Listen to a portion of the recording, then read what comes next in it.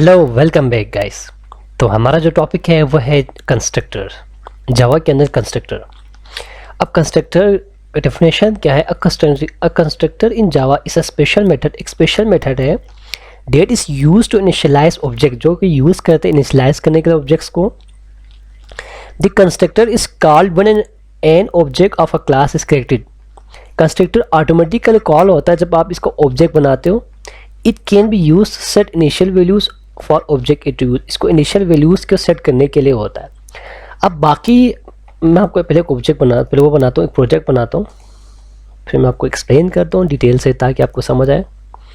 मैं हमारा जो प्रोजेक्ट का नाम मैं देता हूँ कंस्ट्रक्ट वन के नाम से, तो शायद कंस्ट्रक्ट मौजूद होगा इसलिए मैं कंस्ट्रक्ट वन के नाम से देता हूँ। ठीक है, तो जैसे कि मैंने आपको बताया था कि सबसे पहले आप क्या करें, इसको ज़रा रन करके चेक करें कि आपका प्रोग्राम सही चल रहा है कि नहीं चल रहा। तो आप इस आउट दबाएं, हेलो दबाएं, देखें कि आपका प्रोग्राम सही चल रहा है। तो ये आपको बताएगा कि आपका प्रोग्राम सही चल, देखें मेरा प्रोग्राम रन हो गया, इसका मतलब मेरा प्रोग्राम सही चल रहा है। ठीक है, तो हमारा जो टॉपिक है वो है कंस्ट्रक्टर। हमारा टॉपिक है कंस्ट्रक्टर और कंस्ट्रक्टर ओवरलोडिंग। मैं कंस्ट्रक्टर आपको बताऊंगा और कंस्ट्रक्टर ओवरलोडिंग के बारे में बताऊंगा कैसे कैसे करते हैं। तो कंस्ट्रक्टर में आपने पढ़ा कि एक स्पेशल मेथड होता है, ये क्या करता है, इनिशियलाइज करते ही ऑब्जेक्ट्स कॉल होते हैं। ठीक है, तो चलते हैं कोड की तरफ। तो ये हमारे क्लास है, ठीक है, ये हमारे क्या है, पब्लिक क्लास ही, और ये हमारा मेन क्लास है। ठीक है, तो हम क्या करते हैं, ऑब्जेक्ट्स यहाँ बनाते थे, मेथड्स यहाँ बनाते थे, डेटा भी यहाँ बनाते थे। ठीक है, हम डेटा और मेथड को यहाँ बनाया करते थे, मैंने आपको लास्ट वीडियोस में मैंने आपको बताया। और क्या करते थे, ऑब्जेक्ट्स यहाँ बनाते थे। अब मैं क्या करता हूँ, कंस्ट्रक्टर में क्या होता है, आप कंस्ट्रक्टर में आप इसी के सेम टू सेम नाम का आप मेथड्स बनाते हो, इसी को कहते हैं कंस्ट्रक्टर। अब कंस्ट्रक्ट वन लिखा हुआ है, मैं इसी के नाम को कॉपी करके क्या करूँगा, यहाँ पे मैं क्या करूँगा, एक मेथड बनाऊँगा।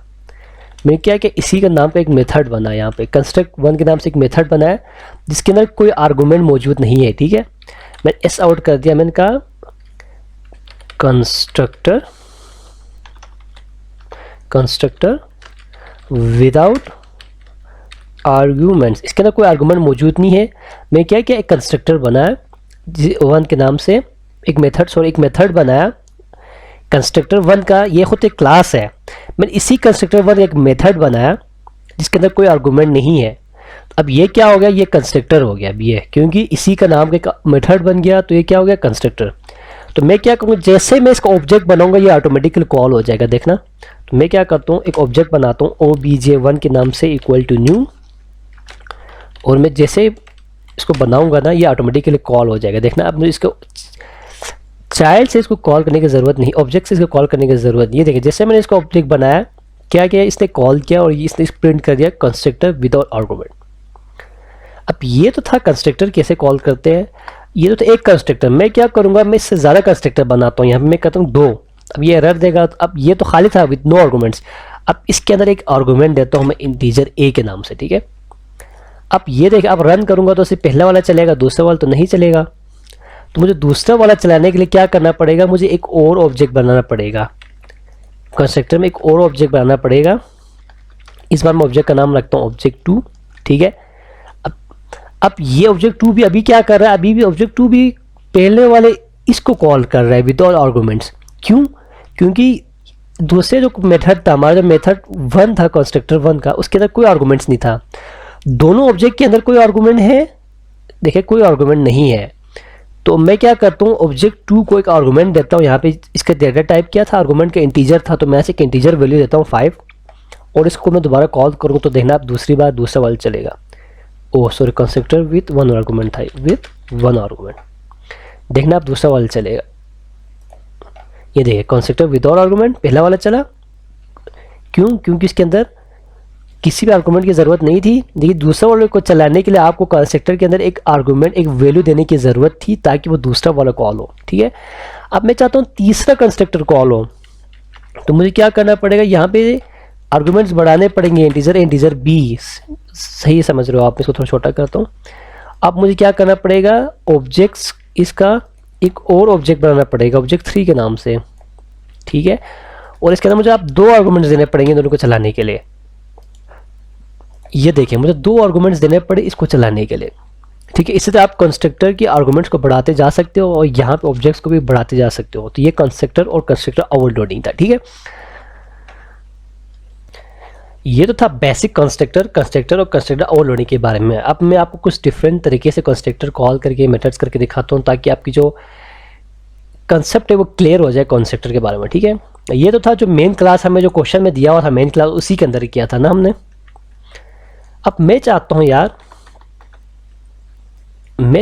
मैं इस मेथड में नहीं करूँ, इस क्लास में नहीं करूँ, मैं चाहता हूँ खुद से क्लास बनाऊँ और उसी क्लास के मेथड्स बनाऊँ। ठीक है, और उसी के ऑब्जेक्ट्स बना के मैं क्या करूँ, कॉल करूँ। तो मैं यहाँ पे क्या करूँ, एक नया क्लास बना रहा हूँ। बिल्कुल पहले हमने इसी क्लास के अंदर किया था जो। ठीक है, अब मैं एक नया क्लास बना रहा हूँ। मैं क्या करूँ, नया क्लास बनाता हूँ। मैं एक नाम से एक क्लास बनाता हूँ। ठीक है, मैं एक नाम से क्लास बनाया, इसका ब्रैकेट्स यहाँ क्लोज स्टार्ट होकर यहाँ यहीं क्लोज हो जाएगा। ठीक है, दूसरे के अंदर नहीं जाएगा वरना एरर देगा। अब मैंने बनाया ए, मैं कहता हूँ ए का एक कंस्ट्रक्टर बनाया। ये देखिए कंस्ट्रक्टर बनाया, कंस्ट्रक्टर मतलब सेम टू सेम, नाम सेम हो तो कंस्ट्रक्टर बनता है। ठीक है, और मैं क्या करूँ, इसका एस आउट कर दूँ, मैं करूँ class A with no arguments. ये देखिए कंस्ट्रक्टर बना हमारा। और इसको मुझे क्या करना पड़ेगा, ऑब्जेक्ट बनाना पड़ेगा यहाँ पे ए का, ए इक्वल टू ए ऑब्जेक्ट, मैं क्या ए स्मॉल ए लिखता हूँ ऑब्जेक्ट के लिए, बस छोड़ो ऑब्जेक्ट वन नहीं लिखता, आपको भी जान छोड़ाता हूँ चीज़ों से। ठीक है, ये देखिए अब मैंने क्या किया, इसी एक का एक ऑब्जेक्ट बनाया, किसके नाम से, स्मॉल ए के नाम से। अब जैसे मैं इसको रन करूँगा, ये मुझे रन कर क्या कर, जैसे रन करूँगा मुझे क्या करेगा, ये प्रिंट कर करेगा object A with no argument. मैं इसी को 2 करता हूँ, इसके अंदर एक वैल्यू देता हूँ, एक इंटीजर देता हूँ ए। अब मैं इसको कॉपी पेस्ट करता हूँ दोबारा से यहीं पे। अब मुझे इसके अंदर कोई वैल्यू देने पड़ेगी, इंटीजर में देता हूँ 6। ठीक है, अब मैं इसको कॉल करता हूँ तो देखना अब दूसरा वाला कॉल हो। एक सेकंड, ये कहाँ एरर आ रहा है, इसने एरर शो किया मुझे, तो कहीं तो एरर आ रहा है, error A equal to A, sorry, अच्छा ये ऑब्जेक्ट दोनों का नाम सेम है। देखो पहले का ए था, दूसरे का ए, तो मैं पहले का A1 करता हूँ, दूसरे का A2 करता हूँ। अब मैं इसको रन करता हूँ, देखना ये अब रन होगा। Class A with no arguments, sorry या फिर वो नो लिखा इधर मैंने, class with A with 1 argument, class A with no argument, class A with 1 argument. इसे आप 2 का कर सकते हो, मैं जल्दी से आपको करके दिखाता हूँ 2 का भी, क्योंकि मैं आपको आगे भी कुछ सिखाना है बी, ताकि मैं जल्दी करूँ, इसीलिए मैं इसको कॉपी किया, यहीं पेस्ट किया, और 6 की जगह पे मैं 7 भी दूंगा आपको। ठीक है, ये खाली स्पेस मिटा दूँ ताकि आपको सारा कोड नज़र आए। देखना अब A2 फिर से A2 लिखा, A3 लिखना पड़ेगा क्योंकि ऑब्जेक्ट का नाम चेंज होना पड़ेगा।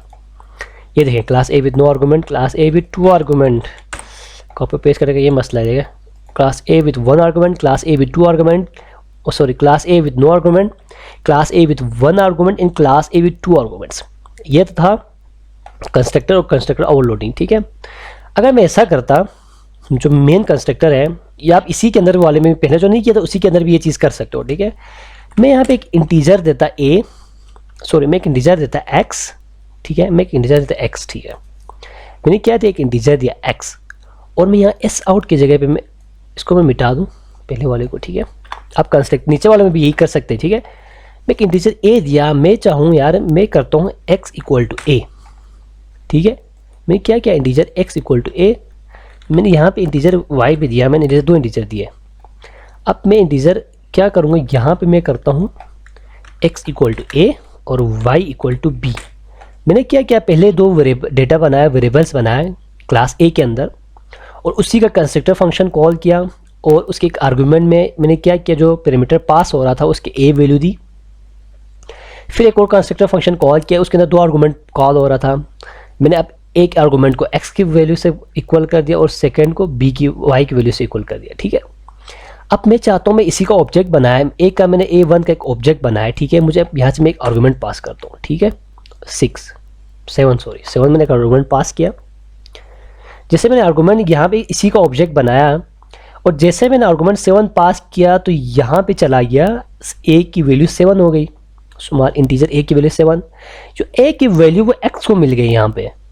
ठीक है, a की वैल्यू x को मिल गई, और अगर मैं यहाँ पे प्रिंट कर दूँ, ठीक है, मैं यहाँ पे एक मैं क्या करूँ, मैं एक वो बनाता हूँ, एक और मेथड बनाता हूँ, लेकिन वो कंस्ट्रक्टर नहीं होगा।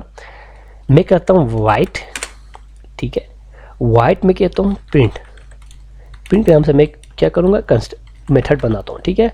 और इसके अंदर मैं एस आउट करता हूँ, क्या मैं कहता हूँ एक्स इक्वल टू, ठीक है, x equal to plus, plus दबाते हैं यहाँ पे एक्स, ठीक है। यहाँ पे एक की वैल्यू एक्स की वैल्यू के लिए प्लस कर दिया, फिर मैंने क्या किया, दोबारा से प्लस कर दिया, और Y equal to plus Y कर दिया, ठीक है। अब मैं इसको रन करूँ, मैं आपको पहले रन करके दिखाता हूँ, फिर आपको मैं समझाता हूँ सारी चीज़ें, ठीक है। ये देखना, इसको मैं रन करता हूँ। अच्छा, अभी ये मुझे कुछ शो नहीं कर रहा वैल्यू, तो इससे मुझे वैल्यू क्यों शो नहीं किया, X equal to X and Y equal to Y.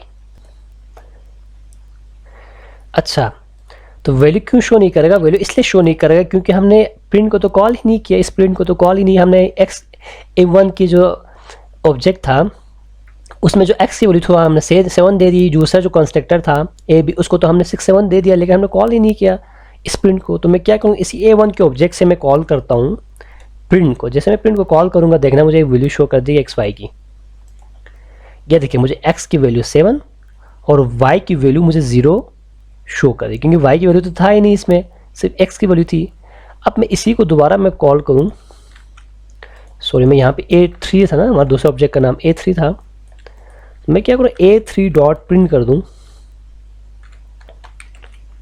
सही है, A3 डॉट प्रिंट कर दूँ और मैं इसको कॉल करूँ, तो मुझे अब क्या करेगा, एक्स वाई की वैल्यू भी मुझे प्रिंट करके दिखाएगा। ये देखें, x equal to 6 y equal to 7, ये जो x इक्वल टू 6 और y इक्वल टू 7 प्रिंट करके दिखाया इसने मुझे। ये था हमारा क्या, कंस्ट्रक्टर। अभी भी आपका कोई क्वेरी है आप मुझे कमेंट में पूछ सकते हैं, आई विल आंसर देम। अगर आपको कोई टॉपिक समझ नहीं आ रही वो भी आप कमेंट में मुझसे पूछ सकते हैं, मैं इसके ऊपर दोबारा वीडियो बनाऊंगा या मैं आपको कॉन्टेक्ट करके आपको मैं समझा दूंगी ये चीज़। तो उम्मीद से आपको ये चीज़ें समझ आ चुकी होगी। तो हमने आज पढ़ा कंस्ट्रक्टर और कंस्ट्रक्टर ओवरलोडिंग। तो प्लीज़ लाइक एंड सब्सक्राइब कीजिएगा। थैंक यू सो मच, मिलते हैं नेक्स्ट वीडियो में।